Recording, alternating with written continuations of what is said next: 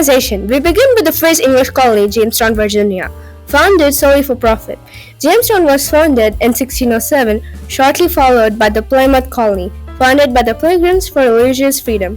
Majority of the governments were representative. Due to the distance from England, the fact they were used to Parliament and their need for things to be organized. Some of the major representative governments were Virginia House of Burgesses, Jamestown, Mayflower Compact, Plymouth and Massachusetts, Fundamental Orders of Connecticut. American Revolution. A bit later, in 1754, the French and Indian War began. Despite its name, the war was not fought between the French and the natives. The French and the natives teamed up and fought against the colonists. The war ends in 1763 with the Treaty of Paris, and the colonists win.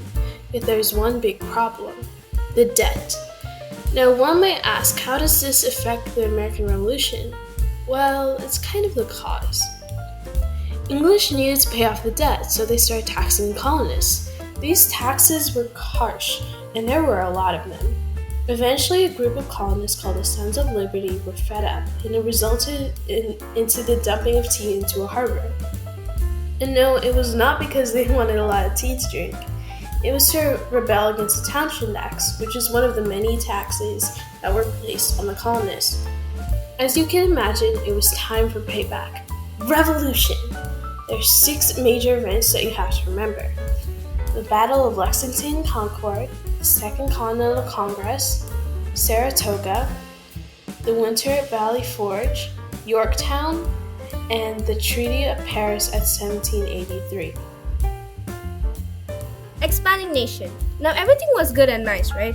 We had a land from the Treaty of Paris, right? We didn't need more, right? No, of course we need more. Welcome to the Manifest Destiny. Manifest Destiny is a belief that we are destined to have all the land expanding the West. We as in, the US slowly we acquired the Spanish Florida, the US General Purchase in 1803, the Texas Annexation, the Mexican Cession, the Oregon Territory, and the Gadsden Purchase. One of the memorable things about the expanding nation was Jackson's presidency. Alright, I'm gonna have to take over. Gosh, he really sucks.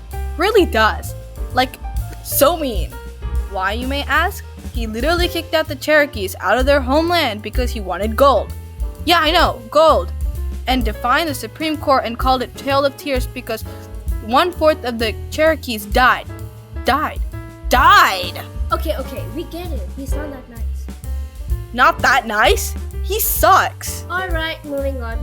We only have few minutes left, so let's talk about the reform movements. Frederick Douglass, Harriet Tubman, Harriet Beecher Stowe, and William Floyd Garrison were major abolitionists.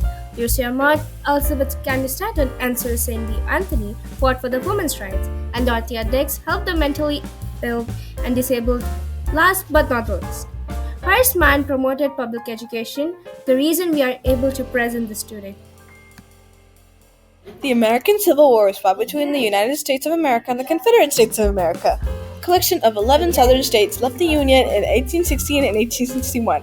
The conflicts began primarily as a result of long-standing disagreements over the institution of slavery. The Reconstruction era. It was between 1891 and the 1900s, the history period in which the United States grappled the question of which integrates movements of new freed African Americans into social, political, and labor systems, which a time of significant transformation in the United States.